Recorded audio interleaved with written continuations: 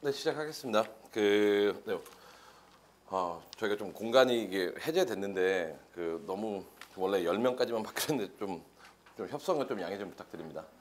오늘은 저희가 뭐 코로나 이후에 첫 뭐라고 해야 되지? 대면 설명인 것 같고요.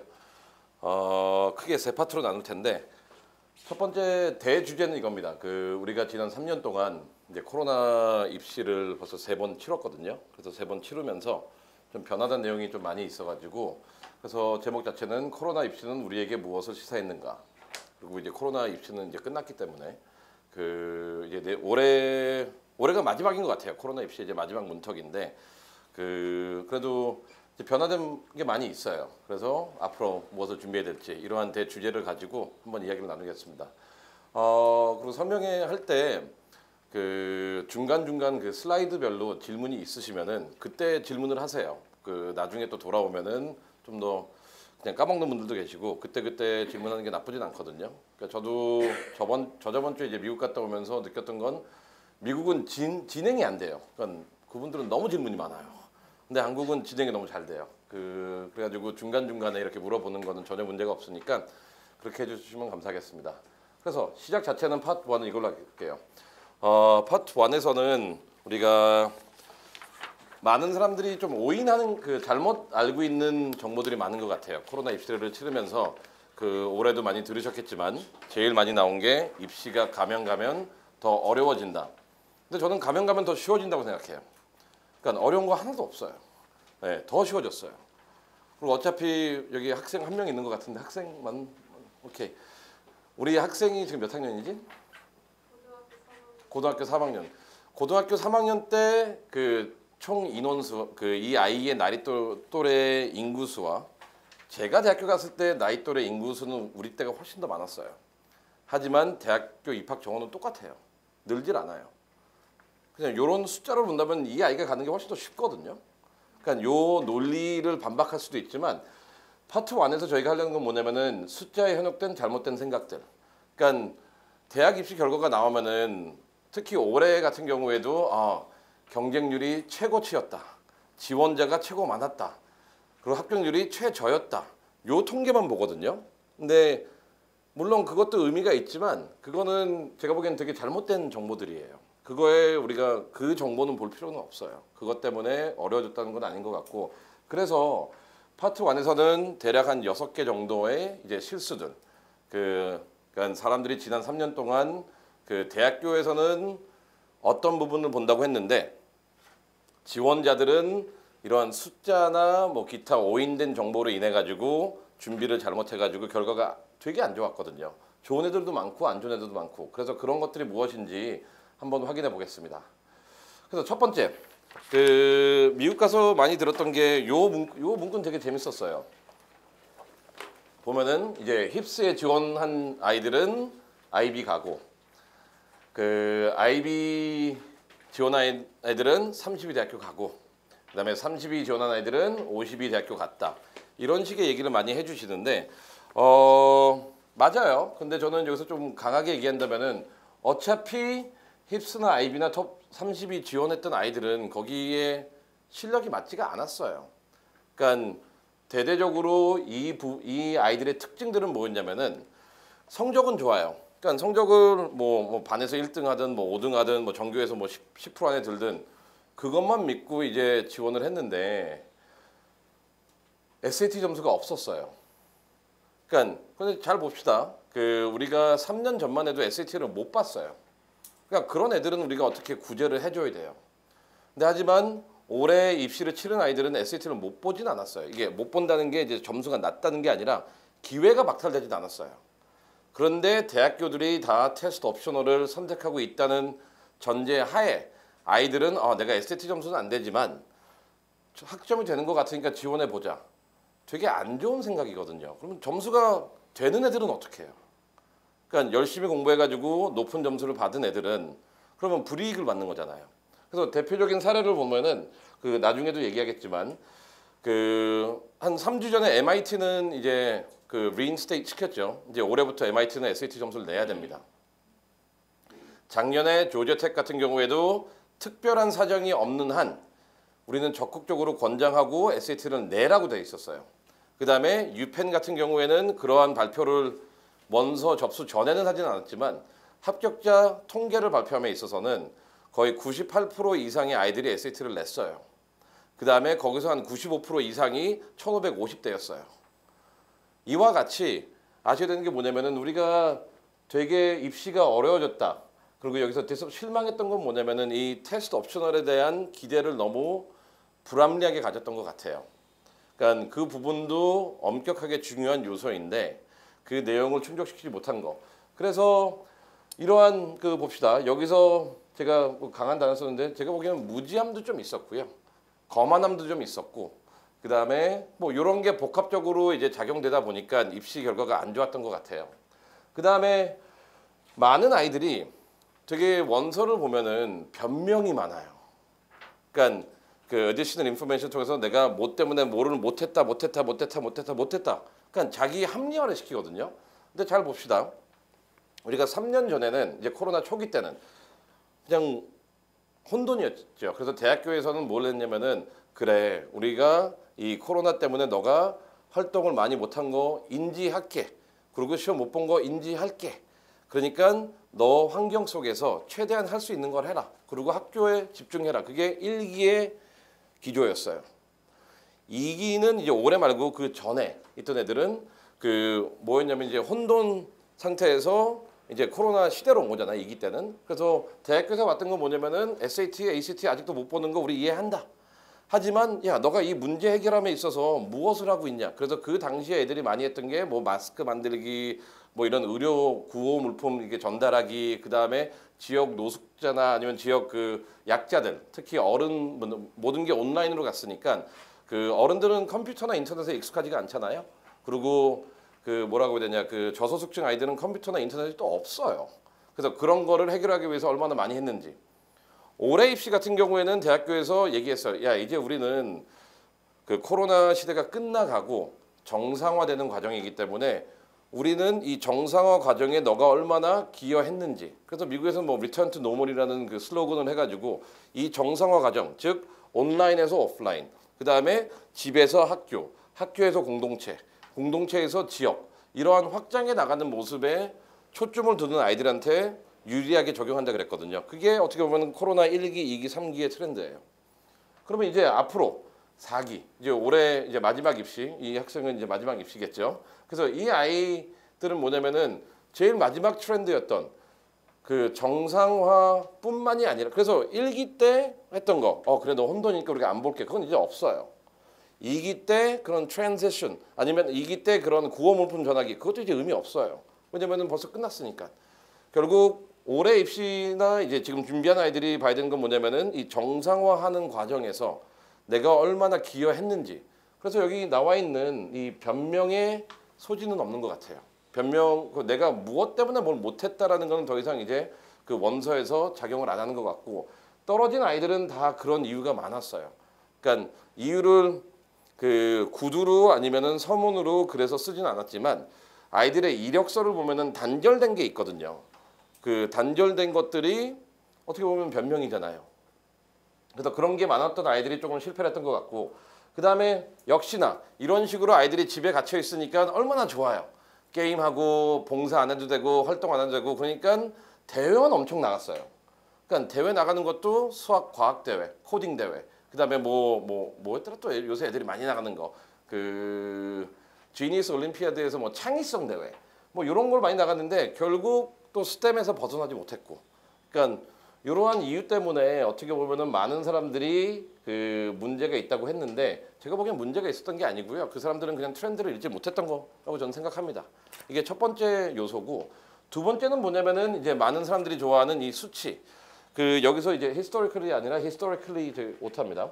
그 역사적으로 가장 낮은 acceptance rate라고 했어요. 근데 한번 봅시다. 그 여기서 좀 이제 중요한 요소인데. 아까도 말씀드렸듯이 왜 이렇게 낮은 합격률이 그 합격률을 보였을까? 미국 대학교는 정원을 줄이진 않았어요. 정원이 줄진 않았습니다. 정원은 똑같아요. 그런데 정원이 똑같은데 합격률이 낮으려면 뭐 어떤 현상이 일어나야 되죠? 지원자가 많아야 되잖아요. 근데 이 지원자들 중에 절대 다수가 이 앞에 부분을 충족시키지 못하고 그냥 SAT 안 봤는데 ACT 안 봤는데 해가지고 그냥 넣은 거예요. 그래서 그런 부분이 제가 보기에는 어떻게 보면은 우리가 낮은 입학률 그게 초점이 아니라 낮을 수밖에 없었던 이유는 뭐냐면은 준비되지 않은 아이들이 너무나 지원을 했고 학교들을 부자로 만들어줬어요. 근데 여기서 더 중요한 거 이제 제가 항상 많이 듣는 것 중에 하나가 제 설명회가 너무나 지나치게 이제 아이비리그 중심적으로 된다고 하는데 뭐 그런 건 안 하려고 노력은 해요. 근데 여기서는 중요한 건 뭐냐면은 이제 여기 계신 부모님들 중에서 그다음에 이거 보는 분들도 있겠지만 만약 우리 아이가 이제 요 두 번째 디스크리펀시 여기서 되게 재밌는 현상이 일어났어요. 아이비리그는 합격률이 되게 낮았어요. 그런데 밴더빌트, 존스 홉킨스, 듀크 이런 학교들 어떻게 보면 아이비리그에서 좀 벗어난 학교들 있잖아요. 한 12에서 15의 학교들. 걔네들 얼리 결과는 너무나 좋았어요. 그러니까 잘 봅시다. 전제 조건이 아이가 예를 들어서 4.0 만점에 3.9, 3.95다. 그러면 부모님도 야 너 SAT 점수 안 나와도 이제 SAT 안 본다니까 상위 얼리 때 한번 높게 지원하자. 그래서 제일 한국 부모님에서 만만한 코넬로 다 모여요. 코넬하고 이제 다트머프에 다 모이기 시작해요. 엄청나게 그러니까 걔네들 막 공대도 새로 짓고 막 하잖아요. 그러니까 이제 부모님들도 다 기여한 거예요. 안 될 거에다가 100% 이제 기부한 거니까. 근데 잘 봅시다. 그런 아이들이 원래는 밴드빌트도 못 가는 애고 원래도 에머리도 못 가는 애고 원래도 뭐 존석기도 못 가는 애들이 점수에 현역해가지고 상향 지원을 해버린 거예요. 그러면은 요 중간에 20위권, 15위권 그래서 한국 학생들 유명한 존스 홉킨스, 밴더빌트, 노스웨스턴, 듀크 이렇게 요 라인에 있는 학교들 한 20위권에서 왔다 갔다 하는 그 학교들은 원래 거기 가야 되는 애들이 다 위로 갔으니까 되게 입학하던 애들의 점수가 좀 낮았어요.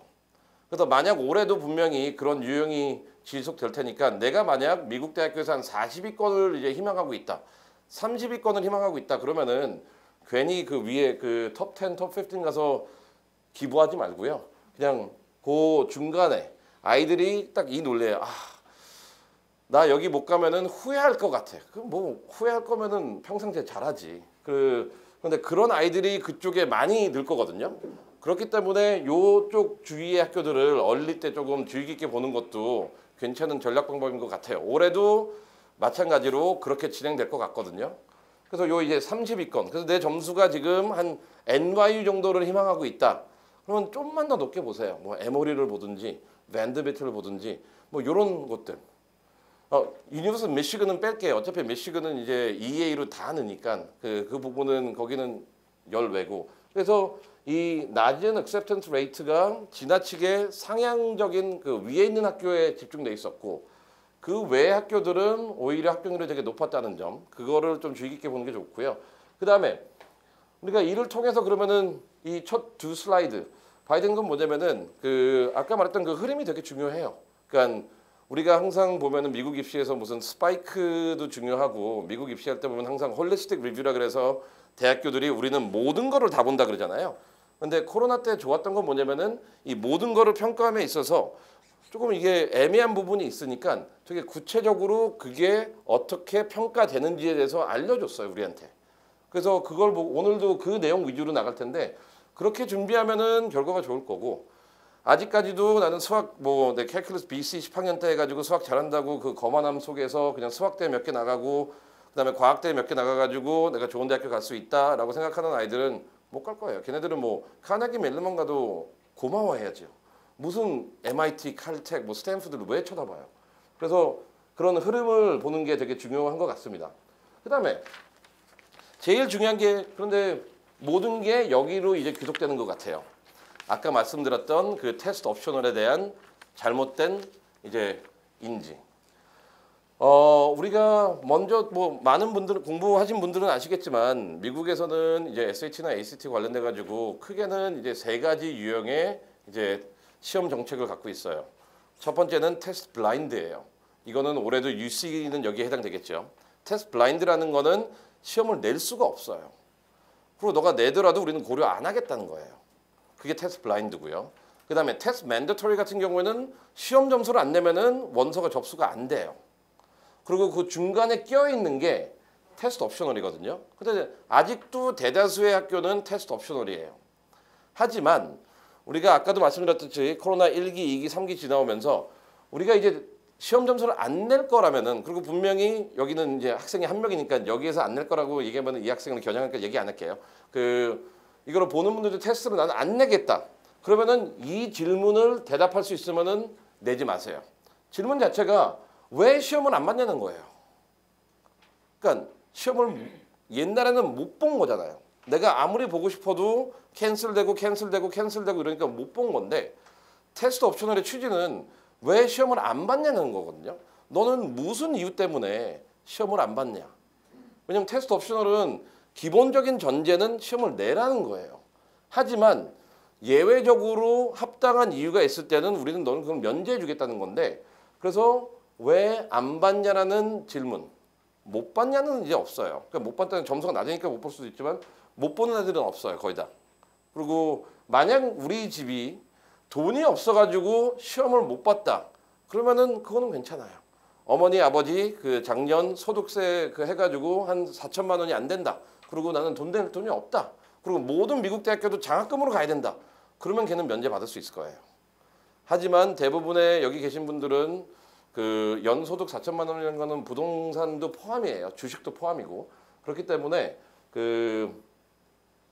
안 볼 이유가 없어요. 그래서 이 부분을 이제 여러분들이 알아셔야 되고, 그 다음에 아까도 말씀드렸듯이 MIT는 벌써 부활시켰어요. 제일 먼저 이제 상위 대학교 중에서 명시적으로 올해부터는 우리 SAT 받겠다. 프레퍼런스 아까 말했던 조지아텍이나 유펜 같은 경우에는 그런 직접적으로 MIT처럼 리인스테이트는 시키지는 않지만 합격자들을 보면은 다 그냥 SAT를 냈어요. ACT나. 그다음에 우리의 그 아직도 테스트 블라인드, 거의 주립대들이 이제 테스트 블라인드가 있는데 UC는 테스트 블라인드예요. 낼 수가 없어요. 그래서 만약 나는 그냥 UC만 노리겠다. 그럼 SAT 공부할 필요 없어요. 공부하지 마세요. 주로 캘리포니아에 있는 아이들이 이제 UC 위주로 많이 하는데, 특히 캘리포니아도 재밌는 것 같아요. 이제 공부 잘하는 애들은 이제 시험을 봐야 되겠죠. 물론 스탠포드도 넣고 포모나도 넣고 뭐 USC도 넣을 거니까. 근데 중간 계층 아이들은 인스테이트 받고 그다음에 UC만 가도 좋으니까, 그래서 내가 만약 UC하고 텍사스 오스틴 그다음에 펜스테이트 이런 식으로 주립대 위주로 지원할 거면은 SAT는 필요 없는 것 같아요. 하지만 이제 사립대도 포함을 시킨다면은 아까 말했던 이 테스트 옵셔널이 뭐냐면은 왜 나는 시험을 보지 않았는지에 대한 합당한 이유가 있어야 돼요. 근데 재밌는 게 어떤 사람이 그런 얘기를 하더라고요. 우리 아이가 좀 공황장애가 심해가지고 시험 보는데 좀 어려움이 있다. 이것도 이유가 되는, 제가 보기엔 이유가 안 될 것 같아요. 그럼 걔는 평생 이제 대학교 가서도 시험을 볼 텐데 모든 걸 면제보달라는 건 아니잖아요. 그래서 그런 것도 안 돼요. 그래서 결론은 시험을 봐야 됩니다. 그래서 이게 이제 중요한 부분이고, 그다음에 또 아까 우리가 요 슬라이드에서 많은 사람들은 이제 합격률이 낮았다에 초점을 줬는데, 오히려 더 우리가 초점을 둬야 되는 건 그게 아니라 더 많은 아이들이 합격 불합격이 아니라 디퍼 됐어요. 그러니까 이게 역사적으로 제일 높았어요. 그러니까 디퍼된 아이들이 많았다. 그래서 디퍼라는 거는 우리가 알다시피 합격도 아니고 불합격도 아니에요. 그냥 지금 판단 안 내리고 나중에 판단을 내겠다는 거예요. 그러니까 나중에 판단 내는데 얘네가 디퍼 할 때는 요구하는 서류가 있어요. 그러니까 원서를 낸 시점 이후부터 우리가 너한테 디퍼를 준 그 시점 사이에, 딱 그 사이에요. 그 사이에 새롭게 발생한 정보가 뭐냐는 거예요. 수상 경력이 더 있든지, 성적이 더 좋아졌는지, 활동에서 새로운 직책을 얻었는지, 아니면 대회에서 뭘 했든지, 봉사가 새로운 게 더해졌는지, 했던 거에 연장선은 안 돼요. 아까 말씀드렸듯이 디퍼는 뭐냐면은 우리가 나중에 평가하겠다는 건데, 그 기간이 어떻게 되냐면 원서를 넣은 그 시점, 그래서 얼리에 넣었다면은 11월 1일부터 디퍼가 이제 12월 중순쯤에 발표가 나면은 그러면 12월 중순까지 그 사이에 뭐냐는 거예요. 그리고 레귤러를 넣으면은 1월 1일부터 3월 중순까지 그 사이에 뭐였냐는 거거든요. 근데 이게 되게 중요해요. 왜냐면은 이게 왜 중요하냐면은 왜 대학교들이 이러한 판단을 내릴까요? 한번 봅시다.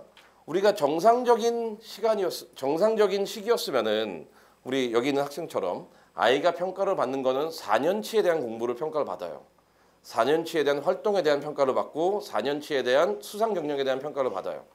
근데 한번 이제 올해 입시라는 건 지금 올해 이제 결과가 나온 아이들, 걔네들 봅시다. 걔네들은 9학년 때가 아직도 코로나 시기였어요. 10학년 때가 트랜지션 기간이었어요. 그래서 2년이 없어요, 지금. 11학년 딱 하나 있었거든요. 그러면 대학교에서는 원래 4년을 보고 싶은데 이 아이에 대한 평가가 지금 1년으로 줄어든 거잖아요. 그렇기 때문에 더 보겠다는 거예요, 지금. 우리가 지금 요 정보만 가지고는 너를 판단을 못하니까 좀만 더 달라고. 진짜 너가 이게 진실되게 하는 건지 아닌지 그 부분을 확인하고 싶다고. 그래서 그러한 부분이 어떻게 보면은 우리가 그 이 코로나 입시에서의 트렌드 중에서 이 부분이 제일 중요한데 제가 보기에는 이 부분과 이 부분이 중요한데 많은 사람들은 여기서 화내고 진짜 어렵다, 문제가 있다. 그 다음에 여기서 자기 합리화시키고 애들이 많이 지원했으니까 우리 애가 어려웠구나. 오케이 잘하자. 근데 이 두 개는 별 의미가 없어요. 오히려 제일 중요한 거는 이 테스트 옵셔널에 대한 이해. 그 다음에 디퍼 한다는 것 자체가 아이의 활동이나 성적이나 기타 내용들이 어느 시점의 내용을 더 중점으로 평가할지에 대한 그걸 말해주고 있거든요. 그래서 지금도 여기 계신 분들은 한번 생각해 보세요. 만약 우리 아이가 9학년 때 한 게 없는데 그러면은 지금 만약 11학년이다. 9학년 때 한 게 없으면 그 시기 자체가 전환기였어요. 그래서 오케이. 근데 10학년 때는 뭔가 했어야 돼요. 그리고 11학년 때도 뭔가 지금 하고 있어야 되고요. 이런 식으로 우리가 알아야지 그냥 우리는 코로나 때문에 얘가 고등학교 때 아무것도 안 했어. 오케이. 그런 건 안 되는 것 같아요. 그래서 어떻게 보면 이런 네 가지 내용이 가장 중요한 트렌드로 보입니다. 그래서 다시 한번 정리하자면은 SAT 되게 중요해요. SAT, ACT 되게 중요합니다. 다시 우리가 돌아가는 첫 관점에서 보면은 이게 제일 중요하고 그리고 왜 중요하다라고 주장하는 분들은 모르겠어요. 어떻게 보면은 객관적으로 판단할 수 있는 유일한 기준이 이거 아닐까요? 아이들에 대해서 1차적으로 중요하고 그런데 여기서 중요한 건 뭐냐면요. 수학은 별로 중요하지 않아요. 수학은 애들이 거의 다 800점, 750점 맞기 때문에 중요하지 않고요. 그 연역적으로 본다면은 아직도 스탠포드 웹사이트나 MIT 웹사이트 가면 우리는 수학이나 과학은 잘 안 본다고 돼 있어요. 이유도 되게 상세하게 적어놨어요. 왜냐면은 에이전 애들 다 SAT 800점 받는데 거기 변별로가 없다. 뭐 780점이든 800점이든 다 똑같다. 그리고 그걸로 수학 잘하는 게 아니다라고 표기해놨어요. 또한 뭐 캘큘러스 BC 했다고 해서 그것도 자기는 잘 안 본대요. 왜냐면은 캘큘러스 BC 자체도 어려운 게 아니라는 거예요. 그냥 다 하는 거고 어려운 수학이 아니에요. 그래서 만약 내가 캘큘러스 BC 했다고 해가지고 수학을 잘한다고 오인하는 아이들은 조금 생각을 버리세요. 그리고 특히 문제되는 아이들이 또 입시 결과가 안 좋은 아이들이 뭐냐면은 10학년 때, 11학년 때 벌써 캘큘러스 BC를 끝냈어요. 그 다음에 띵가띵가 뭐 통계 들으면서 놀아요. 그런 애들은 수학 잘하는 애들이 아니에요. 왜냐면 그 다음부터 해야 되는 게 linear algebra도 있죠. multivariable도 있죠. linear equation도 있죠. 그 위로 고등학생들이 할 수 있는 수학이 한 4, 5개 더 있거든요. 위로. 근데 아이들이 안 하는 이유는 뭐냐면 너무 어려워요. 이제. 그리고 또한 이제 수학과 관련해서 말씀드리는 건 뭐냐면은 내가 캘큘러스 BC까지 했다면은 최대한 스템 쪽으로 가고 싶다면은 피직스 C까지 가세요. 그 정도면 잘한 거예요. 그러니까 내가 수학도 캘큘러스 BC 해놓고 그 다음에 피직스 C까지 갔다면 걔는 수학을 잘하는 애예요. 조금. 근데 뭐 피직스 1, 그 다음에 캘큘러스 BC 일찍 했다고 하면은 시간 조절 잘못하는 겁니다. 그 다음에 우리가 이거 디퍼가 많이 일어나는 그 이유는 뭐냐면은 이 시기별. 그래서 요 내용을 가지고 어떻게 보면은 이제 파트 3에서 저희가 좀 더 깊게 얘기하겠습니다. 요 부분은 저희 학원에서 조금 뭐 좀 할인해 그 광고 좀 해달라고 해서 집어넣더라고요. 그래서 저희 학원이 보면은 이제 SAT도 하니까 그 무슨 100% 환불 보장제가 있나 봐요. 점수를 뭐 달성을 못하면은 그 100% 환불 보장한다니까 그거는 저한테 문의하는 제가 그냥 제시했어요. 그냥 환불해라고 다 어차피 책임져야 되는 거 아니냐고 뭐 이렇게 다들 그러잖아요. 최적의 교육 환경 뭐 최고의 강사진. 제가 보기에는 최고의 강사진이 있더라도 아이를 데려가지 않으면 점수 안 나오고 교육 환경도 뭐가 최적인지 모르겠지만 이런 게 있다고 해가지고 이런 문의 뭐 이런 쪽에 관심이 있으시면은 한번 그 문의를 주세요. 100% 환불하자고 했어요. 저도 이거 오케이 했고 그래서 요걸 한번 이 아래 뭐 강사 평가, 최상위 강사 라인업 이런 거는 이제 모든 학원들이 다 하는 거잖아요. 그래서 이런 건 다 필요 없고 그냥 제가 보기에는 그 환불은 다 해준다니까 그거는 나중에 한번 학원에 문의해 주셨으면 좋겠습니다. 여기 뭐 있네요 내용이. 이제 넘어가겠습니다. 이거는 저랑 상관없으니까. 이제 파트 2로 넘어가겠습니다. 파트 2에서는 이제 여러분들이 좀 더 적극 아직 여기까지는 질문 있으신가요? 역시 질문이 없네요. 미국에서 할 때는 요 첫 네 포인트 갖고 한 1시간 반 했거든요. 그래서 거의 못 끝냈어요. 근데 이제 파트 2로 봅시다. 우리가 what made the difference? 우리가 그 포인트를 잡기 이전에 또 아이들이 그 공부하면서 문제를 푸는 이유는 뭐냐면은 내가 알고 있는 지식이 적용이 잘 됐는지 안 됐는지 그걸 보는 거잖아요. 그래서 이 부분은 여러분들이 좀 적극적으로 참여했으면 좋겠어요. 3개의 케이스 스터디가 있을 겁니다. 첫 번째는 콜롬비아, 두 번째는 스탠포드, 세 번째는 이제 여러분들이 어느 학교를 갔는지 맞히면 돼요. 네. 그래서 여러분들이 갖고 있는 지식을 가지고 각 학교별로 제가 2명의 아이의 이력서를 올릴 거예요. 다 저희랑 컨설팅 했던 아이들이고 한 명은 붙고 한 명은 떨어지고 이렇게 된 아이들입니다. 그래서 그 내용을 보고 거기도 이제 표로 나와 있을 거예요. 그래서 봅시다. 근데 그걸 들어가기 전에 이제 올해 저희 뭐 DI 프랩의 이제 입시 결과는 이래요. 그 저희가 어떻게 보면은 매년 40명씩 아이 원서를 작업을 하고 그다음에 40명을 하는 이유는 뭐냐면은 제가 모든 거에 참여하니까 40명 이상은 안 되더라고요. 그리고 상주하는 컨설턴트는 한 6분 계시고 그다음에 에세이 도와주는 상주하는 컨설턴트 그러니까 학교별 에세이는 제가 쓰고 메인 에세이는 조쌤이라는 선생님이 쓰는데 둘이 맡을 수 있는 맥스가 40명이라서 저희는 그 선착순으로 받고 올해는 뭐 이런 식으로 중복 합격은 아니고요. 결국 5월 1일 날 돈을 낸 아이들입니다. 그냥 이 학교를 가기로. 근데 여기 지금 몇 명이 좀 기다리고 있거든요. 얘들은 이제 중복인데 얘들이 좀 기다리고 있지만 어떻게 될진 솔직히 하버드는 별로 기대 안 하고 왜냐면 얼룸나이도 없어요. 얘는 그냥 그 레거시가 없기 때문에 좀 기대는 안 하고 뭐 모르겠어요. 뭐 어딘간 되겠죠. 그래서 저희 학교 저희 기록은 이렇고요. 한번 봅시다. 이걸 바탕으로 해서 케이스 스터디 1 여러분들도 그 표가 있을 거예요. 그러면은 둘 다 올해에 이제 대학교로 간 아이들입니다. A라는 아이와 B라는 아이가 있어요. 그 다음에 MA라는 거는 이 아이의 그 활동 중에서 가장 이제 주력으로 했던 활동, 그 메이저 그 액티비티. 그 다음에 MB라는 건 뭐냐면은 가장 주력으로 했던 봉사. 한번 보세요. A라는 아이와 B라는 아이가 둘 다 콜롬비아를 지원했어요. 둘 다 시시하게 모르겠어요. 얘네들 과는 달라요. 과는 달라요. 보면 알겠죠. 지원한 과가 다르다는 거. 그러면은 한번 보세요. 그리고 여러분들이 한번 평가를 해보세요. 누가 붙었을까? 제가 이거를 갖는 이유는 뭐냐면은 솔직히 붙는 아이와 아까도 서두에 말했던 경쟁만 높이는 그런 경쟁 없는 아이들을 빼면은 아직도 끝에 가도 너무나 비슷한 아이들이 너무 많아요. 그래가지고 종이 한 장 차이라고 볼 수도 있지만 그 내용을 따져보면은 좀 다른 부분이 있어요. 그래서 이거는 콜롬비아에 제한된 거고 다음 슬라이드는 스탠포드에 제한된 거고 학교들마다 원하는 기준들이 있거든요. 그래서 그런 내용을 봐가지고 여기서 만약 우리 아이를 콜롬비아 보내고 싶다 아니면 콜롬비아를 한번 고려하고 있다 한번 보세요. 누가 붙었을까요? 여기 한번 우리 학생한테 시키면은 싫어하겠지? 그거는 우리 학생은 어느 쪽에 더 가깝니? 미안해. 괜히 오늘 따라오기도 싫었을 텐데 이런 거 시키니까 더 싫겠구나. 오케이 미안하다. 그거 안 할게. 오케이. 그러면은 누가 한번 대답해 볼까요? 우리 아버님들 여기 3분 계시는데 항상 그 어머님들 위주로 오셔가지고 저희 유튜브 보면은 한 95%가 40, 50대 여성분이더라고요. 그 구독자들이. 근데 남자분들 좋습니다. 아버님 누가 붙였을까요? 단순히 점수나 아니면 활동들 보면은 이쪽. 오케이 한 표. 아버님은요? 이쪽이요? 오케이 1대1. 그럼 마지막 아버님이 이쪽이요? 오케이 좋습니다. 솔직히 둘 다 되게 괜찮은 애들이에요. 그러고 보면은 둘 다 한국에서 학교를 다닌 애들입니다. 얘네들은 둘 다 이게 미국 보딩스쿨 그런 게 아니라 그 한국에서 학교를 다녔던 애들이에요. 그러니까 뭐 일반고는 아니고요. 근데 한번 보면은 우리가 하나하나씩 짚어볼게요.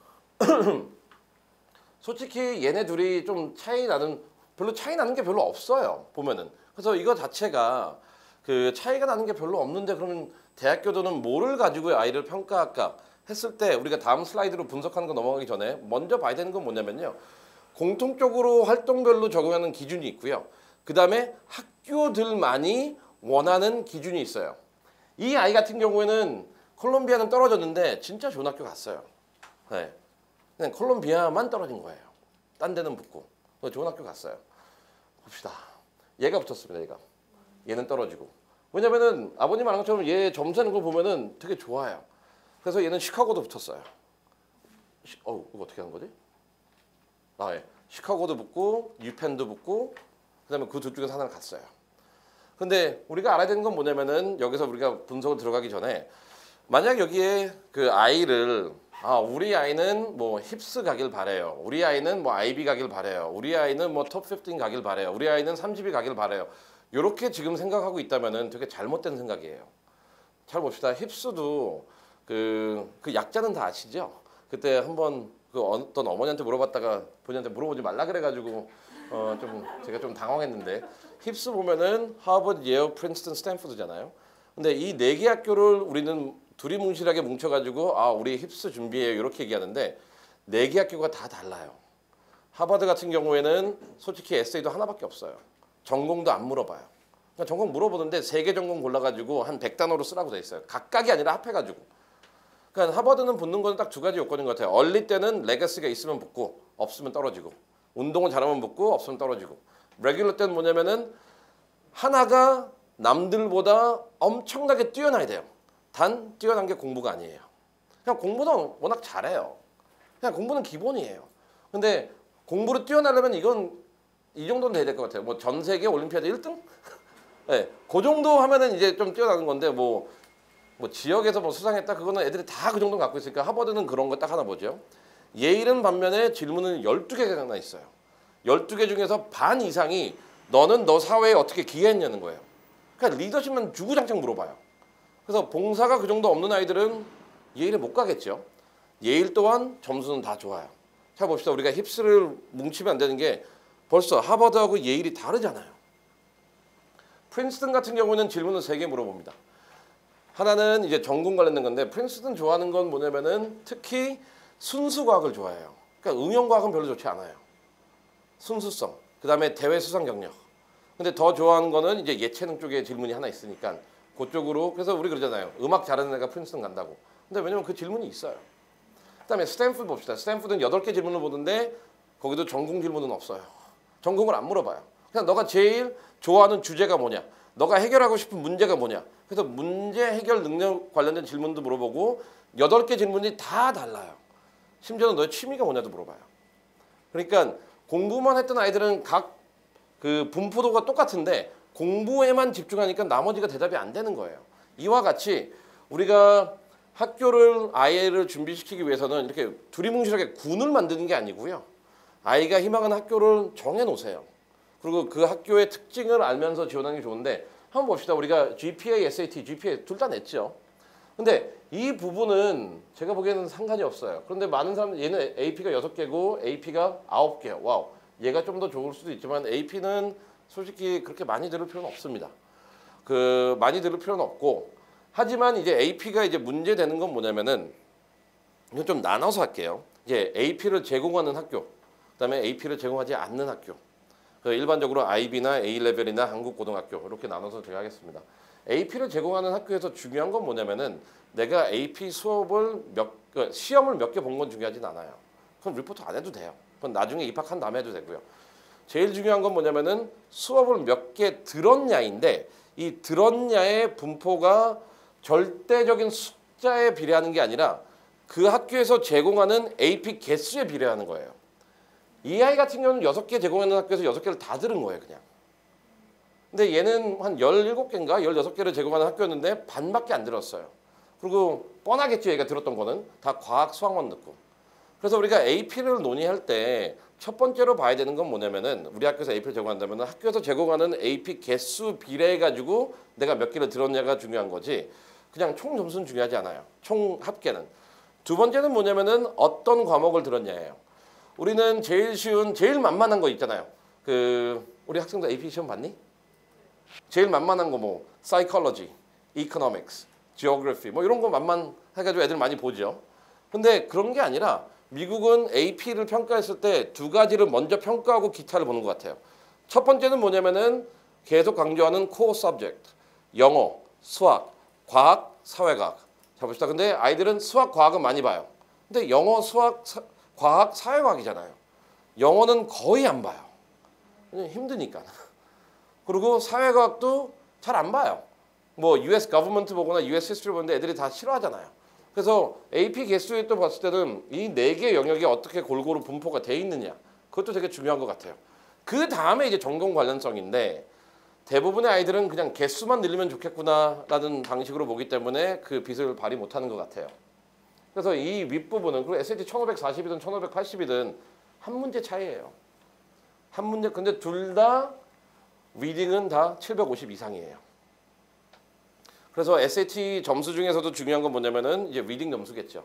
그래서 제일 부모님들이 안타까워하는 게 우리 아이 저는 제일 한심하고 답답한 게 우리 아이는 항상 이래요. 수학은 잘하는데 영어 수학은 잘해가지고 뭐 IB 갈 것 같은데 영어가 잘 안 돼요. 점수 몇이에요? 1550이요. 1450이요. 1480이요. 그런 아이는 그냥 30위권 대학교 가는 거예요. 그게 그 점수예요. 1450, 1480은 그냥 30위권 대학교거든요. 아까 제가 처음에도 테스트 옵셔널 그것도 얘기했듯이 어차피 그 점수대 애들은 그쪽 칸이거든요. 왜냐면은 리딩이 700점이 안 된 애들이에요. 근데 역으로 간혹 가다가 리딩은 750, 780인데 수학이 안 되는 애들이 있어요. 근데 걔네들은 의외로 잘 가요. 진짜 의외로 잘 가요, 대학교를. 그래서 우리가 그 부분도 좀 이제 이 부분에서 그 봅시다. 그런데 우리가 콜롬비아로 한정적기 때문에 그럼 콜롬비아는 어떤 아이를 원하냐? 일단 여러분들이 콜롬비아 원서를 보면은 앞에 네 가지 질문은 글쓰기, 읽기, 토론, 문화예술 이 질문밖에 없어요. 그래서 이 학교가 원하는 인재상은 기본적으로 전공에 들어가기 이전에 글쓰기, 읽기, 문화예술, 공연 이쪽에 질문이 있다 보니까 그런 활동이 조금 먼저 나와줘야 돼요. 얘는 그런 거 없잖아요, 지금. 그러니까 우리가 그 질문을 보면은 왜 대학교들은 우리가 원서를 봤을 때 커먼 앱이라는 걸 거의 다 쓰죠. 뭐 MIT 같은 경우는 MyMIT로 제출하고 뭐 코올리션도 써도 되지만 UC도 UC 있지만 대부분의 학교가 커먼 앱을 쓰는데 그 원서 중에서 유일하게 학교별로 차이 나는 부분이 학교별 에세이예요. 나머지는 다 똑같이 들어가요. 메인 에세이도 똑같이 들어가요. 그래서 저는 요새 메인 에세이가 그렇게 중요하다고 생각도 안 해요. 왜냐면은 학교에서도 도움받고 뭐 뻥치기 해도 상관없으니까. 근데 서플리멘털 에세이 질문과 제목과 길이가 다 다르거든요. 근데 그 이유가 있겠죠. 그 이유는 뭐냐면은 아이들이 다 비슷할 때 우리는 어떠한 부분에 좀 초점을 두고 시작을 하겠다. 콜롬비아는 그 전제 조건이 있습니다. 글쓰기, 읽기, 문화예술. 얘는 일단 시작 자체가 그게 많아요. 얘는 일단 그거 자체가 별로 없어요. 그리고 콜롬비아 공대는 그렇게 또 강한 학교도 아니에요. 한 30위 아래에 있거든요. 그럼에도 불구하고 왜 30위 밖에 있냐면은 콜롬비아가 돈이 없어서가 아니고요. 뽑을 때 과학 위주로 안 뽑아요. 일단 자기네 언더그래주에 맞는 아이들을 뽑아가지고 거기서 어떻게든 하겠다는 거거든요. 그래서 그런 부분에서 시작점이 잘못됐어요. 둘 다. 달라요. 그러면 그런 게 있다면은 이제 그 어워드를 봅시다. 얘는 라이팅, 예체능, 철학 뭐 이쪽으로 인문사회 쪽으로 엄청나게 집중이 돼 있어요. 점점 더 콜롬비아가 원하는 인재생은 다가가고 있죠. 이 아이는 수학, 과학, 비즈니스 크리에이티비티 그냥 한국 애들만 일반적으로 하는 걸 했어요. 학교가 원하는 기준 충족 못했어요. 여기서도 이제 수상 경력, 뭐 내셔널, 인터내셔널 상을 받았더라도 학교 인재상이랑 좀 거리가 멀어요. 일단 수상 경력부터. 그다음에 두 번째는 뭐냐면은 이제 활동들의 면에서 한번 봅시다. 우리가 여기부터 시작할게요. 여기 제가 failure to connect with activities volunteering 요 부분에다가 여러분들 이제 생각해야 되는 건 그렇게 한번 보세요. 재능 기부라는 단어를 한번 생각해 보세요. 재능 기부. 재능 기부가 뭐죠? 내가 능력 있는 걸 가지고 남들과 공유하거나 내가 능력 있는 걸 가지고 남들에게 기여하는 거잖아요. 미국이 원하는 봉사활동이나 활동이 그 재능 기부 쪽인 것 같아요. 근데 이 아이는 이쪽이 나 혼자 한 건 많은데 재능 기부적인 차원이 별로 없었어요. 그러니까 내가 갖고 있는 능력을 나 혼자 독점하고 있는 그런 이력서거든요. 되게 이기적이에요. 반면에 이 아이는 또 이런 게 우리가 필요하고 그 다음에 온라인 커뮤니티 얘가 실패했던 거 요거 네 개를 하나씩 어떻게 확장을 시켜야 되는지 말씀주세요. 그래서 어워드를 받았다는 거는 아이가 재능이 있다는 거잖아요. 그럼 대학교에서 봤을 때는 너는 이 재능을 어떻게 썼냐라는 거예요. 근데 누구 그랬죠? 우리 아이는 이렇게 가지고 컴퓨터 사이언스 클럽도 열심히 하고 열심히 인턴십도 했다. 근데 본질적인 재능 기부가 되게 좋은 게 나한테 재능 기부는 할 수는 없어요. 우리가 재능 기부라는 거는 항상 나를 빼고 제 3자한테 주는 거잖아요. 얘는 그런 모습이 안 보여요. 재능 기부. 두 번째, 온라인 커뮤니티. 일단 이게 말할게요. 나쁜 게 아니에요. 하세요. 근데 온라인 커뮤니티는 뭐냐면은 이제 온라인 커뮤니티에서 우리가 알아야 되는 거. 일단 첫째는 많은 사람들이 일단 하긴 해요. 뭐 블로깅도 하고 뭐 이것도 다 하는데 대학교에서 봤을 때 뭘 평가하냐. 일단 세 가지 기준인 것 같아요. 첫 번째, 조회수. 많은 아이들에 보면은 우리 아이는 뭐 블로그를 하고 뭐 한다 그러는데 제가 먼저 물어보는 건 뭐냐면은 회원 수가 몇 명이냐고 물어봐요. 근데 대부분 다 열 몇 명이에요. 그러면은 엄마, 아빠, 할머니, 할아버지, 뭐 동생, 친척들 해가지고 그다음에 교회 계신 분들은 교회 뭐 사람들 해가지고 그쪽이에요. 그런데 저희도 뭐 작년 2년 전에 이제 걔는 학점은 한 3.5였는데 미시건 공대간에는 온라인 커뮤니티 회원이 한 7만 명이었나 그랬어요. 되게 잘했어요, 걔는. 그냥 회원 자체가 일단 회원 늘리세요. 두 번째, 그러니까 회원 수. 두 번째, 내용의 이제 빈도예요. 얼마나 자주 올리는지. 왜냐면은 이게 우리가 그 아이들이 끝에 가서 몰아 올리는 건 좋지는 않아요.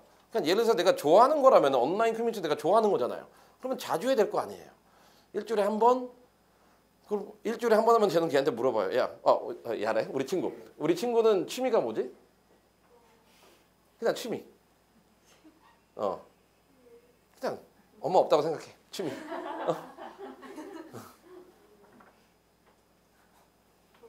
오케이, 독서 좋아. 독서 좋아. 그러면은 우리 친구는 책을 일주일에 한 번 읽어 아니면은 매일 읽어? 그러니까 너가 좋아하니까 시간만 된다면 언제 할래? 어떻게 할래? 일주일에 딱 한 번 1시간 읽을래? 아니면은 시간만 되면 매일 읽을래? 매일 읽고 싶지. 마찬가지예요. 이 온라인 커뮤니티가 나한테 중요하다면은 왜 한 달에 한 번씩 글을 올리고 2주에 한 번씩 글을 올려요? 그 다음에 에세이 쓴 거 보면 이게 마치 내 인생의 전부인 것처럼 얘기하고 앞뒤가 안 맞잖아요. 그래서 미국 원서를 보면은 모든 활동이 주당 몇 시간, 연간 몇 주로 구분해 놓는 게 그것 때문이에요. 아이가 얼마나 그 진실이 됐는지. 그 다음에 이제 멤버가 있고 멤버가 있고 그 다음에 이제 얼마나 자주 올리는 거고. 그 다음에 세 번째는 뭐냐면은 이 온라인 커뮤니티의 결과물이 뭐냐는 거예요. 그냥 내 과시용으로 하는 건지 이를 통해서 무슨 변화를 야기한 건지. 근데 이 세 번째 파트는 특히 이제 우리가 코로나 시대로 연결해 본다면은 온라인을 오프라인으로 좀 연결했던 아이들이 좀 결과가 좋았어요. 어차피 저희가 1, 2, 3기를 지나면서 3기 때 2기부터 3기부터는 항상 이제 정상으로 돌아가는 그 시기였잖아요. 그래서 첫 번째 온라인 커뮤니티를 한다면 일단 첫 번째는 뭐냐면은 회원 수, 그다음에 조회수. 두 번째는 뭐냐면은 그 올리는 글의 빈도. 그다음에 셋째는 뭐냐면은 온라인 세계와 오프라인 세계를 어떻게 연결해 줬는지. 그래서 지금 한번 잘 보세요. 우리 아이가 하고 있는 온라인 그 활동이 이 세 가지 요건들을 지금 충족해 나가고 있는지. 첫 번째 단계에 있다면은 괜찮아요. 아직도. 이거를 그러면은 조회수를 올리면 되죠. 근데 조회수를 올린다는 거는 솔직히 요 두 번째 내용이 좋아야지 조회수가 올라가는데 근데 요새 보니까 또 이거를 또 돈 주고 사는 애들이 있더라고요. 그럼 보면은 이거를 이게 무작위로 해주더라고요. 근데 그렇게 해봤자 글은 안 올라가잖아요. 그래서 요 내용 온라인 커뮤니티 그런 부분이 필요하고 이제 disability 우리도 장애인 봉사 많이 하죠. 나쁘다는 게 아니에요. 하세요. 하지만 우리가 우리가 항상 장애인 아니면 이 봉사를 했을 때 이것도 마찬가지예요. 요 두 개. 요 봉사를 했을 때 가장 중요한 요건은 두 개예요. 하나는 똑같이 시간 투자.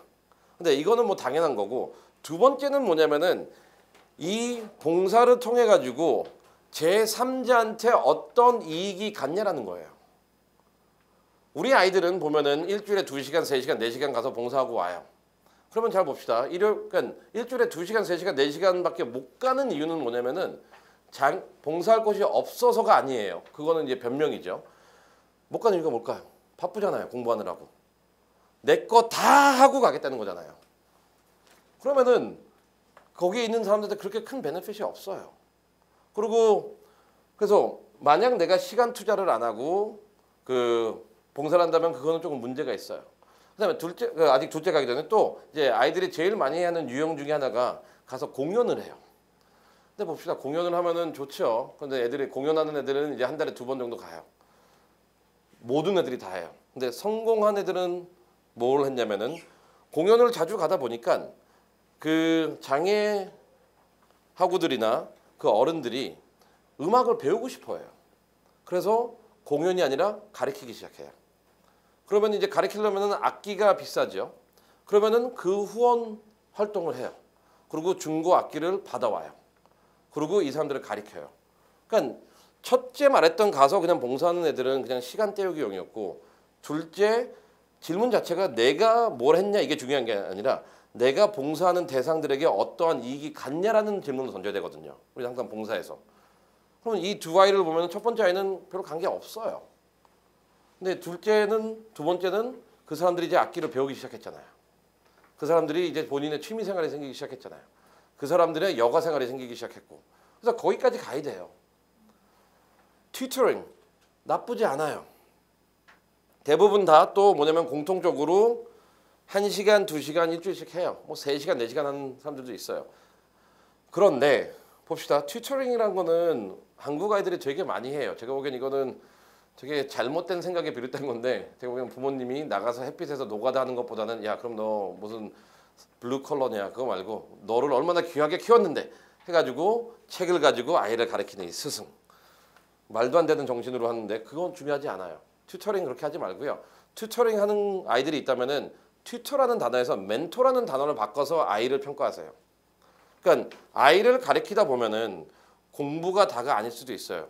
A라는 아이가 B라는 아이를 가르쳐요. B라는 아이한테 수학을 가르쳐. 대부분 다 수학, 과학 가르치더라고요. 수학을 가르치는데 얘가 맨날 집중을 못해요. 그럼 A라는 애는 말하겠죠. 또 집중 좀 해. 그리고 이게 진도가 안 나가면은 엄마 얘 그냥 얘 불량한 것 같아. 안 해. 뭐 이런 식으로 학생한테 탓을 하거든요. 근데 잘 봅시다. 튜터는 그렇죠. 멘토라면 얘한테 물어보겠죠. 야 너 왜 집중이 안 되니? 선생님 제가 요즘 사춘기인가 봐요. 선생님 우리 엄마랑 아빠가 상황이 안 좋아요.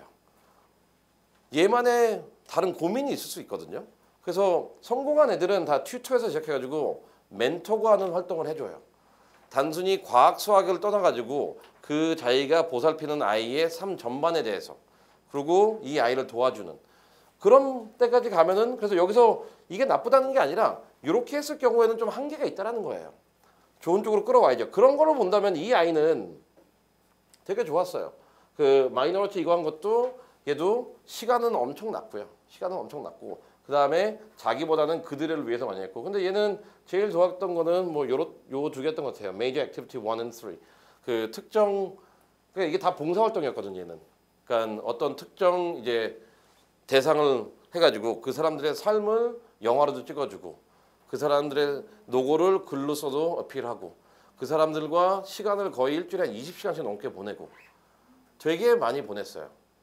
그래서 이 둘을 보면은 솔직히 이런 따뜻한 아이는, 그리고 글 잘 쓰고 그 사회에 관심 많은 애들은 콜롬비아는 관심 있지만 시카고는 관심 없어요. 시카고 떨어졌어요.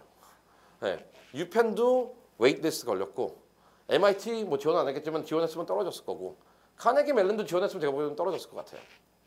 왜냐면 이 학교들은 공부 위주로, 이 따뜻함이 별로 중요한 학교가 아니거든요. 그래서 우리는 아까 말씀드린 이건 지극히 콜롬비아에 한정돼 있는 거고, 그다음에 여러분들이 아셔야 되는 거는 이 아이들이, 그래서 우리 뉴스를 보면은 모든 아이비리그를 붙었다, 모든 힙스를 붙었다 해서는 전 세계에 1년에 한두 명 나올까 말까예요. 근데 왜 한두 명 나오는데 왜 우리는 다 이거 군으로, 그러니까 두리뭉실하게 준비를 하죠? 내가 원하는데 특정적으로 뭘 원하는지를 보고 맞춰가야 되는데, 그래서 어떤 식으로 준비하는지가 되게 중요해요. 그럼 여기로 넘어가 보겠습니다. 이제 두 번째 케이스 스터디, 스탠퍼드. 이제 아버님들한테는 제가 물어보지 않고 그냥 볼게요. 여기도 또 A, B. 얘는 IB 프로그램이고 얘는 AP 프로그램입니다. 한번 봅시다. 이 아이들 중에서 누가 스탠포드를 붙였을까요? 이거는 스탠포드에 제한된 겁니다. 그리고 제가 힌트를 먼저 드릴게요. 스탠포드는 콜ум비아와 다르게 제가 뭐 학업이 중요하지 않다라고 했을 때 그게 중요하지 않다는 게 고려를 안 한다는 게 아니고요. 기본적으로 다 갖고 있지만 그 스탠포드는 조금 정신없는 아이를 좋아해요. 네. 왜냐면 8가지 질문에서 8가지 주제가 다 다르기 때문에 진짜 보면은 저희도 스탠포드 분들 보면은 뭐 하나라도 제대로 하는 게 없어요. 네. 그냥 애가 정신이 없어요. 그냥. 근데 그런 애들이 스탠포드 붙는 것 같아요. 그러면은 누굴까요? 진짜 정신이 없어요. 이 아이는. 예, 다들 이쪽 가리키네요. 답이 되게 간단해지잖아요. 우리가 이 학교가 어떤 인재상을 원하는지를 알고 접근을 하면은 준비하는 것도 되게 쉬워지고요. 그 다음에 아이들의 결과가 나왔을 때 그래서 여러분들이 이 선배들이 입학했을 때 홍길동이라는 아이는 A 때문에 된 것 같아. A 때문에 된 건 없어요. 그리고 우리 선배가 뭐 했대. 그것 때문에 된 것도 아니에요. 스탠포드는 아까 말씀드린 것처럼 그 다양성 쪽으로 가야 되고 아까도 말했듯이 이 학교는 수학, 과학 안 본다고 했잖아요. 너가 진짜 잘하든지 그냥 대충 해가지고 우리는 별로 그거 신경 안 쓸 거라고. 왜냐면 다 그 정도를 하기 때문에. 근데 이쪽 봅시다. 이 아이는 어워드도 수학, 과학. 메이저 액티비티도 항상 우리 뭐 올림피아드 대회, 리서치, 인턴십 다 이런 거 해요. 근데 얘는 서울과학고에는 아니지만 서울과학고에는 좀 달라요. 왜냐면 어디 갔어? 어워드 자체가 이런 식으로 이런 게 나오는 게 아니라 대한민국 대표, 뭐 전 세계 2등, 뭐 이런 식으로 나오거든요. 걔네들은. 걔네는 다르죠. 그래서 우리가 스탠포드가 어느 인재를 원한다는 걸 아는 순간 얘는 조금 한계가 있다는 게 보여요. 뭐냐면은 봅시다. Math, Science, Research, Internship. 첫 번째 학교가 원하지는 않았고 이런 거를. 그 다음에 아시아 애들은 이건 다 하고 있고 3번 제가 너 진짜 잘하냐. 왜냐면 대학교 자체는 되게 미니멈 프레셔도 높게 잡아놨어요. 우리 에이전 애들은 어느 정도 하고 있고 그거에 대해서 우리는 뭐 더 이상 뭐 평가를 안 하겠다. 그런데 요 정도 해가지고는 안 돼요. 다 실패해요. 그런데 요 정도의 성적을 갖고 있고 요 정도의 GPA를 갖고 있고 AP를 갖고 있는 아이는 스탠포드 붙을 수 있다고 생각을 하죠. 안 돼요. 안 돼요. 여기서 했잖아요. 너 진짜 잘하냐고. 그래서 어떤 분은 되게 기분 상해하더라고요. 우리 아이 되게 잘하는데. 그래서 저는 그거 잘하는 거 아닙니다. 했다가 거의 뭐 싸울 뻔했는데 싸울 이유는 없죠. 어쨌든 진짜 잘해야 돼요. 근데 이 아이는 이렇게 보고 한번 봅시다. 이제 또 많은 사람들이 하는 거, social advocacy. 그러니까 이 부분도 많이 있는 것 같아요. 이제 약자들의 그 voice를 이제 보여주자.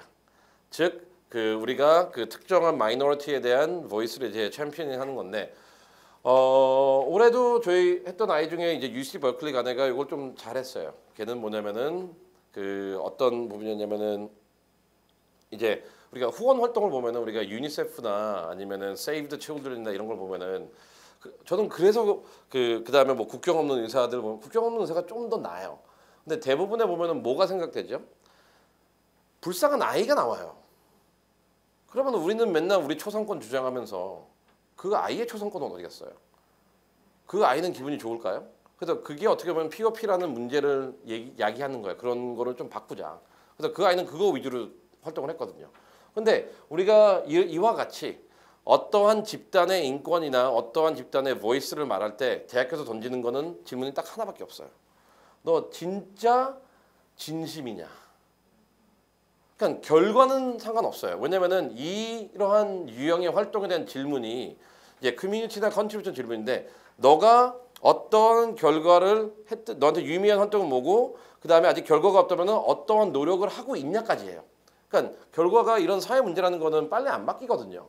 그래서 대학교는 이 질문에 한해서만 어떠한 노력을 하고 있냐로 끝내요. 왜냐면 결과가 아직 안 나올 수도 있으니까. 그래서 결과가 없어도 돼요. 그러면 어떠한 노력을 하고 있냐라는 거는 일단 노력을 많이 해야 될 거 아니에요. 그래서 기본적으로 이쪽 활동에서 성공한 애들 보면은 총 합계 한 200~300시간? 1년에 한 300~400시간은 하는 것 같아요. 그렇게 된다면 on average 일주일에 방학은 빼고 일주일에 한 10시간 정도? 5시간에서 10시간 이들을 위해서 아직 결과는 없더라도 시간을 많이 투자해요. 그래서 내가 만약 소셜 애드보케시나 약자나 이런 사람들의 인권이나 문제를 해결하기 위해서 노력하고 한다면 시간을 많이 보내세요. 그거는 제일 먼저 보는 것 같아요. 왜냐면은 결과가 뭐냐라는 식의 질문은 모든 다른 질문은 결과 중심적이지만 얘만 과정 중심적이에요. 너가 얼마나 그 어디까지 진행해 왔냐, 얼마나 열심히 하고 있냐. 그래서 요 부분이 되게 중요해요. 근데 많은 사람들은 문제 해결하려고 그래요. 그래서 아이들이 그때부터 나쁜 사람이 돼요. 막 우리도 대통령이나 국회의원 나오면 공약하잖아요. 자기가 해결하겠다고. 해결된 거 봤어요? 하나도 없어요.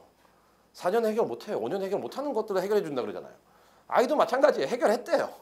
근데 막상 보면 해결한 게 없어요. 그렇기 때문에 이거는 해결 중심적으로 가지 말고요. 이 소셜 애드보케이스는 엄청나게 오래 걸린 거예요. 그래서 저도 애들한테 말해요. 야, 여성 인권 풀리는데 200년 넘게 걸렸고 그다음에 그 흑인들 노예 풀리는데도 한 200년 넘게 걸렸어. 그리고 한국도 민주화 됐는데 엄청나게 사람 많이 죽었어.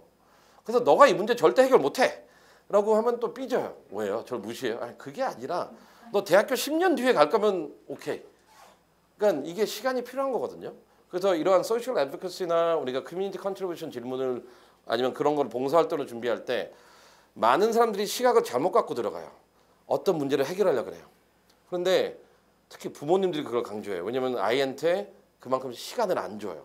야, 너 봉사 어디까지 했니? 야, 이거 다 해결했니? 근데 아이는 이제 조급해지죠. 그리고 부모님은 아이한테 짜증내기 시작하고. 근데 그거 자체가 잘못됐다는 거예요. 문제 해결 필요 없습니다. 해결하기 위해서 진지하게 얼마나 열심히 하는지. 그런데 잘 봅시다. 그럼 이 부분이 특히 언제 문제되냐면 아까 제가 파트 1에서 트렌드 마지막이 저거라고 했잖아요. 이제 디퍼되는 사람이 많다고. 디퍼됐을 때는 원서 넣은 시점 이후에 지금 내용들이잖아요. 대부분의 아이들이 모든 활동, 특히 봉사가 원서 넣은 다음에 좀 단절돼요. 그냥 새롭게 하는 게 없어요. 그럼 걔네들은 다 디퍼된 다음에 합격을 못 하겠죠. 공부는 계속 열심히 해요. 근데 이런 부분이 안 되니까 이런 부분 주의했으면 좋을 것 같아요. 뭐 튜토링은 다 있었고. 그러면 얘 봅시다. 이 아이는 솔직히 전공은 뭐 하는지 아무도 다 모를 것 같아요. 뭐 리서치도 하고 요리도 하고 그다음에 환경도 하고 얘는 호스피털 볼런티어 요거는 뭐냐면요. 요게 저는 제일 중요한 얘가 재밌었던 건 요거 두 개인 것 같아요. 첫 번째 호스피털 볼런티어 우리는 항상 그 얘가 했던 것도 좀 특이했어요. 우리가 이러한 그 병원에 가서 아이들이 봉사를 많이 하잖아요. 그러면은 대부분이 쓰는 단어가 이제 shadowing이라는 단어를 써요. 거기 가서 의사나 간호사의 업무를 이렇게 옆에서 봤다. 불법이에요. 수술실 들어가면은 진짜 그거는 소송 걸려야 돼요. 네. 그리고 이 아이가 약도 못 만져요. 주사도 못 만지고. 그다음에 사람들의 차트도 볼 수 없어요. 개인정보기 때문에. 그러면 한 게 없는 거예요. 그래서 많은 사람들이 뭐 아는 우리 아빠가 의사면은 거기 넣어가지고 야 할 게 없거든요. 근데 이 아이도 부모님은 의사예요. 되게 병원 크기예요. 근데 얘는 그런 거 안 하고 매주 가가지고 슈퍼히어로 코스튬 입고 애들이랑 놀아줬어요. 진짜 더웠어요. 그냥 더운데 얘가 뭐 아이언맨 여자예요, 여자. 아이언맨도 입을 때 있고 신데렐라 옷도 입을 때 있고 정말 가가지고 애들이랑 토요일마다 6시간 8시간 코스튬 입고 그냥 놀아준 거예요. 끝. 이제 풍선 만들어주고 종이 접기 해주고. 그런데 그거를 애들이 좋아하는 코스튬 입어가지고 그거 얼마나 순수해요. 이 나이 때. 그런 쪽으로 가야지. 가가지고 나는 뭐 무슨 그 샤도잉하고 그다음에 환자가 없는 시간에 뭐 그 병실에 들어가가지고 뭘 봤다. 소송당해. 그 병원 안 돼요. 그런 거 아닙니다. 그런 거 하면 안 돼요. 그다음에 얘가 좋았던 건 뭐 different religious dialogue라는 건 뭐냐면은 얘가 또 관심 있었던 게 그냥 뭐 종교에 대해서 관심 많던 애들거든요. 그래서 막 그 얘네 둘은 다 한국에 있는 애들은 아니었어요. 외국에 있는 애들인데 미국은 아니에요, 얘는요. 근데 이 아이가 했던 거 보면은 동네에 있는 이슬람 사원 가서 이맘이랑도 얘기하고 아랍어도 좀 배우고 그다음에 힌두교 사람이랑도 만나가지고 그 커뮤니티 가서 좀 얘기하고 천주교도 가고 유일하게 기독교만 안 갔어요, 이 아이는. 근데 나머지 종교들과 이런 활동을 되게 활발하게 했어요. 문화 활동, 종교 활동. 자기는 무교인데 근데 그 아이가 궁금해가지고 얼마나 재밌어요. 근데 겉으로 보면은 별로 없어요, 수상 경력이. 수상 경력이 어떻게 보면 허접이에요. 허접 그 자체. 네. 그런 내용들을 어떻게 정리하고 해요? 그저 호스피털 볼런티어를 한 거랑 리리저스. 좋습니다. 그 되게 좋은 질문이에요. 그거 일단 먼저 그걸로 대답하겠습니다. 그럼 요거를 우리가 여기까지 이제 됐으니까 요것만 마지막 설명하고 그 증명하는 부분을 제가 하겠습니다. 그 이 아이는 일단 수상 경력 보면 되게 허접해요. 그냥 학교에서만 열심히 하는 애예요. 그런데 이것만 보면은 한국 미국적인 사고에서는 얘 뭐 별거 없네. 하지만 스탠포드 자체가 뭐라 그랬어요? 다방면에서 좀 정신없는 아이, 다방면에서 이제 다이버시티, 그다음에 다방면에서 이렇게 그 열심히 하는 아이, 그거는 충분히 누구보다 더 강했어요. 그래서 얘는 학교가 원하는 거를 제일 잘 충족해 줬습니다. 그리고 시간 안배도 골고루 다 돼 있었고요. 이제 아버님 질문. 그러면은 우리가 이 두 가지 예시를 봤을 때 그 이런 거는 어떻게 증명을 하냐? 그 질문인데 되게 중요해. 되게 중요한 질문입니다. 이것도 이제 하나, 둘, 세 가지로 볼게요. 첫 번째는 일단 미국 같은 경우에는 그 어떠한 증빙 서류를 낼 수가 없어요. 한국은 내잖아요. 수상하면 수상 경력했다 안 했다. 그걸 낼 수가 없어요. 그러면은 애들이 이제 자연스럽게 하는 거 그러면 좀 뻥치게 해도 되는 거 아니냐. 그런데 중요한 서류 두 개가 들어오겠죠. 첫 번째 이제 Student Counselor Report. 그러니까 우리가 카운슬러랑은 진짜 친하게 지내야 돼요. 그러니까 이 질문 대답하기 전에 뭐 하나 예시를 먼저 들어갈게요. 간혹 가다가 아이의 입학 결과가 나왔을 때 이러한 입학 결과가 나와요. 카운슬러한테 추천서 하나 더 받아오라고. 그러면은 카운슬러가 지금 쓴 거 갖고는 자기가 조금 부족하다는 거예요. 그러니까 좀 더 내용을 달라고. 근데 미국 카운슬러나 정직한 카운슬러는 진짜 애가 없으면은 딱 그 얘기해요. 얘도 떨어졌거든요. 너한테 해줄 만 다 했다고. 더 할 만 없다고 나는. 그렇기 때문에 카운슬러 레커멘데이션이 되게 중요해요. 그런데 이거를 그래서 카운슬러 레커멘데이션 자체가 이러한 내용에 이제 보증이 되는 거예요. 그리고 여러분들이 알면은 대부분의 고등학교에서는 그 카운슬러 선생님이 레커멘데이션 아니면 카운슬러 리포트 인포메이션 시트라고 해도 아이한테 서류를 줘요. 그리고 부모님한테 서류를 줘요. 우리 아이의 장점은 뭐라고 생각하냐, 우리 아이가 뭐가 좋냐. 그리고 아이한테도 물어봐요. 너는 뭘 잘하냐, 뭐 했냐, 그리고 뭘 강조할 거냐. 그래서 카운슬러 리포트라는 거는 첫 번째 페이지에는 세 페이지로 나눠지거든요. 첫 페이지는 뭐냐면 아이의 이제 공부예요. 그러니까 학교에서 몇 프로 안에 들고 난이도는 어떻고. 그다음에 이건 별로 중요하지 않아요. 두 번째 페이지는 뭐냐면은 이 아이가 학교 내에서 했던 활동들 전체에 대해서 평가하는 거예요. 그다음에 세 번째 페이지는 뭐냐면은 이 아이가 그 외 활동들에 대한 평가죠. 그래서 아이가 이런 내용을 에세이에 쓸 거면은 당연히 카운슬러 선생님한테 얘기를 해줘야 돼요. 내 원서는 어떤 에세이에 대해서 어떤 거에 중심이 되겠다. 그래서 그분의 내용이 증명이 돼야 되고요. 그다음에 이제 세 번째 말하는 건 이제 추천서겠죠. 추천서. 추천서도 보면은 그 아까 아버님이 말했던 이런 병원이나 religious dialogue 같은 경우에는 아카데믹한 게 아니잖아요. 그래서 미국 대학교는 그래서 추천서 두 개로 나눠 놓잖아요. 학교에서 두 개 받아오고 그다음에 외부에서 한 개, 두 개, 세 개 받아오라고. 학교마다 다른데 이 외부에서 받아오라는 게 어떻게 보면은 그래서 제일 잘못된 거는 우리 아빠가 대통령이랑 친해. 그럼 대통령이 써주겠죠. 대한민국 대통령 누구는 뭐 이 아이가 엄청나게 훌륭하다는 거는 증명함. 뭐 증명해도 갖다 버릴 거예요. 그 모르잖아 이 아이를. 그래서 이 아이 같은 경우는 이 두 개에서 받아왔어요. 이 두 개에서 이 아이가 주장하는 게 맞다라는 걸 그분이 증명해 주는 거죠. 그래서 아까 아버님의 질문. 그러면 이런 거는 어떻게 증명을 하냐 했을 때는 우리가 카운슬러 리포트 그다음에 아카데믹, non 아카데믹 그 레커멘데이션이 있기 때문에 그 부분을 갖고 하는 거고 그래서 원서를 쓰기 전에 내 원서에서 강조되는 부분을 먼저 확정하고 그 내용들이 이분들한테 전달이 돼야 돼요. 그런 얘기를 전달 안 하고 예를 들어서 얘가 이런 얘기를 썼어요. 근데 그거를 선생님한테 알리지 않았어요. 그러면 대학교에서 봤을 때는 근거 없는 얘기잖아요. 그러니까 버리겠죠. 그래서 이 정도면 답이 됐습니까? 네. 두 가지 질문인데 하나는 아까 말씀하신 그 학생 두 사례의 국적을 제가 한번 여쭤보고 싶었어요. 네네. 왜냐면 얘네 둘은 그러니까 한국, 미국, 한국.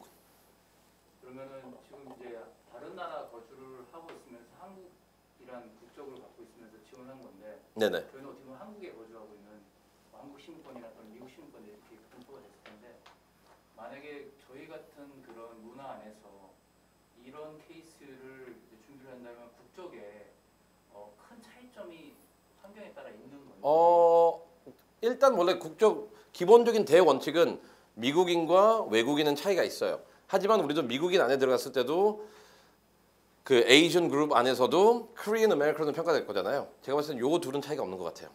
그래서 아이가 혼혈하면 또 달라요.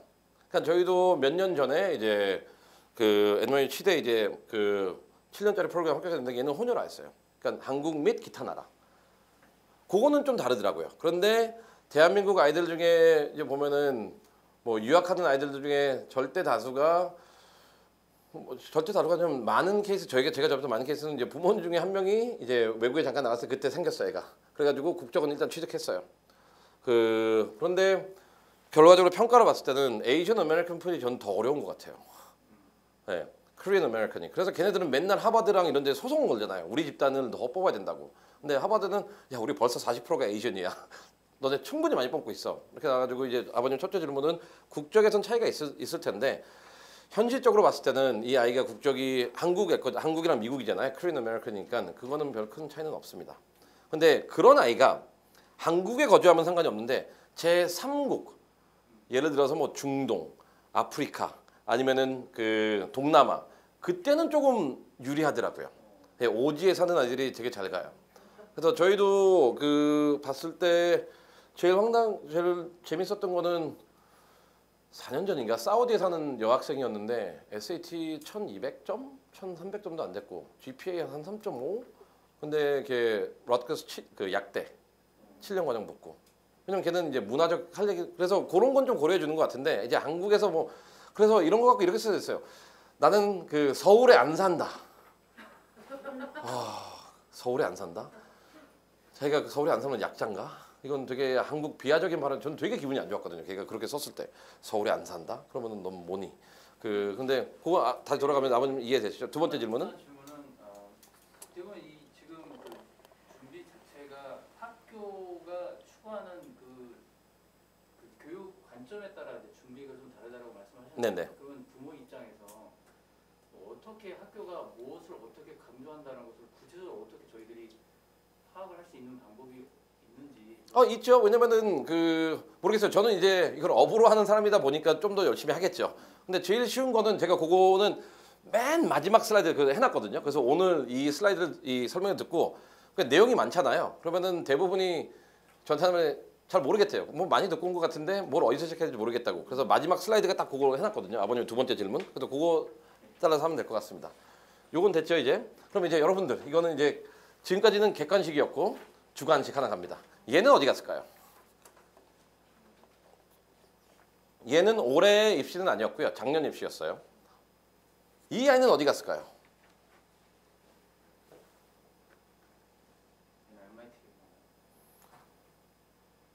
네, MIT 갔어요. 네, 다 떨어지고 MIT만 붙었어요. 왜요?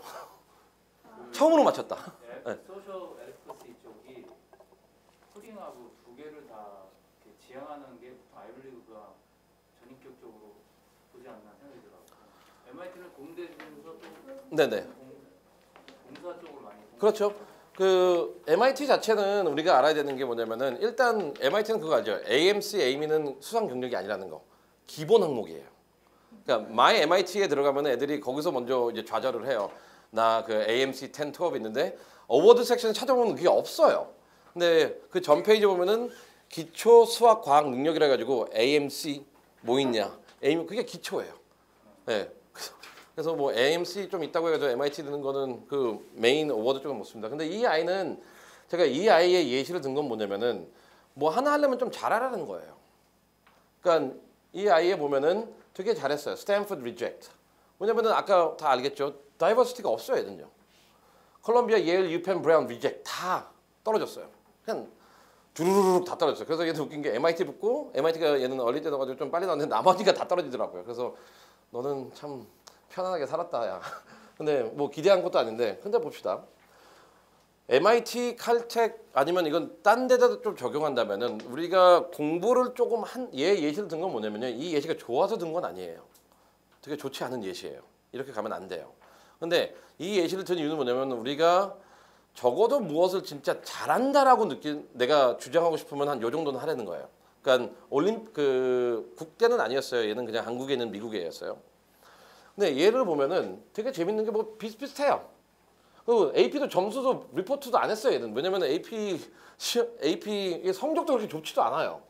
근데 AP 시험 봐가지고 3개인가 2개인가가 3점이에요. 그래서 조금 애가 왔다 갔다 거려요.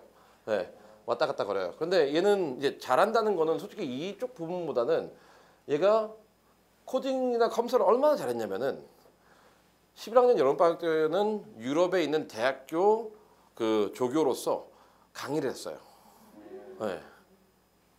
그 정도 했고 그 다음에 리서치하고 이런 것도 퍼블리시는 많이 못했는데 뭐 전록도 붙고 그래서 글 그런 쪽으로는 되게 잘 써요. 그 다음에 코딩 앤 프로그램 디벨롭먼트 해가지고 얘는 코딩을 짜가지고 또 회사에다 팔고요. 돈 많이 벌고 그 정도까지는 해야 돼요. 그러니까 우리가 아이가 그러니까 이게 왜 중요하냐면요. 그 여기 이거 보는 사람들의 기를 죽이려고 제가 이걸 집어넣은 게 아니에요. 오히려 저는 이걸 들어는 게 뭐냐면은 현실을 직시하라는 거예요. 그러니까 아이들이 조금만 잘한다 해가지고 많은 분들이 그거를 잘하는 거라는 인지하에 원서를 접근하게 되면요. 원서 자체가 되게 건방지고 원서 자체가 되게 불쾌한 원서랑 에세이가 나와요. 왜냐면은 예를 들어서 좀 봅시다. 이렇게 붙은 애들은 어딘가 자랑하고 싶을 거잖아요. Y 메이저에 있었을 때 나는 이런 대회도 나가고 수상하고 뭐하고 했는데 이 정도는 해야지 자랑이 된다는 거예요. 그래서 여러분들이 이 예시는 얘가 좋은 게 아니에요. 절대 좋은 게 아니고 좋은 예시가 아니에요. 그러니까 거의 다 떨어졌죠. 근데 얘가 이 예시를 통해서 강조하고 싶은 건 뭐냐면은 우리가 어떤 학교든 간에 그 학교에서 원하는 아니면 공부를 잘한다는 그 기준이 되려면 한 요 정도까지 오면 좀 잘한 거죠. 그래서 올림피아 그 국대는 아니더라도 이 정도까지 애가 했다면은 되게 잘한 거예요. 그리고 여기 계신 분들 중에 이 정도까지 못 온다. 그런데 우리 아이가 공부를 잘하는 톤으로 글을 쓰고 싶다. 그러면은 다시 한번 재고하라는 거죠. 이 정도까지는 와야 됩니다. 그래서 대학교들이 보면은 솔직히 질문 자체가 너가 뭘 이루었냐 이런 것보다는 이거를 어떻게 찾았냐라는 질문이 더 많아요. 네. 그리고 얘는 뭐 찾으면서 이런 걸 했기 때문에 그런 것도 좋지만 우리가 원서를 쓸 때 너무 내가 했던 결과 위주로 쓰는 거는 안 좋아요. 근데 이게 어떻게 보면은 대한민국 이제 부모님들의 한계죠. 한계는 뭐냐면은 우리 아이가 수상 경력이 한두 개라도 없으면은 그거에 초조해 하고 한두 개라도 있으면 그걸 어떻게든 에세이에 녹이려고 하고 뭘 녹여요 수상 경력을. 그냥 거기 쓰는 난이 따로 있는데. 그래서 여기서 이제 입시 준비하는 분들은 아이가 수상 경력이 없다고 너무 뭐라고 하지 마세요. 어차피 이 정도까지 안 되면은 수상 경력 그렇게 많이 필요하지도 않아요. 잘 보세요. 우리 저는 이 아이 학교 안에서 다 끝났잖아요. 그래도 스탠포드 가요. 그렇기 때문에 오히려 이상하게 요 정도 수상 경력이 있는 것보다는 제가 보기에는 없는 게 더 나아요. 네. 왜냐면 저 정도 있으면은 되게 불편해져요. 그 원서 준비하는 게. 저거는 무조건 빼야 되는데 부모님들 에세이 보고 아이가 보면 저는 무조건 넣고 싶어하고 그러면은 동문서답하게 되고 그래서 되게 안 좋습니다. 그래서 요 예시들을 이 세 가지 예시들을 통해 가지고 조금 이제 이런 원칙들을 어떻게 적용해야 되는지 그게 조금 조금이라도 이제 감이 오길 바라고요. 그러면 이제 마지막 파트 3에서는 우리가 트렌드를 받고 이런 예시를 봤으면은 이제 앞으로 2027년 이제 올해 이제 원서를 넣어야 되겠죠. 얘네들부터 해가지고 우리는 어떠한 그러니까 지난 3년 동안 미국 대학교들은 우리에게 어떠한 기준들을 제공을 했고 무엇을 하라고 직접적으로 말을 했고 그다음에 그러한 기준들을 의거해서 우리는 앞으로 무엇을 해야 되는지에 대해서 우리가 이제 파트 3에서 한번 진행하겠습니다. 그럼 잠깐 한 5분 정도 쉬었다가 저희 진행하겠습니다. 길게 했네. 네.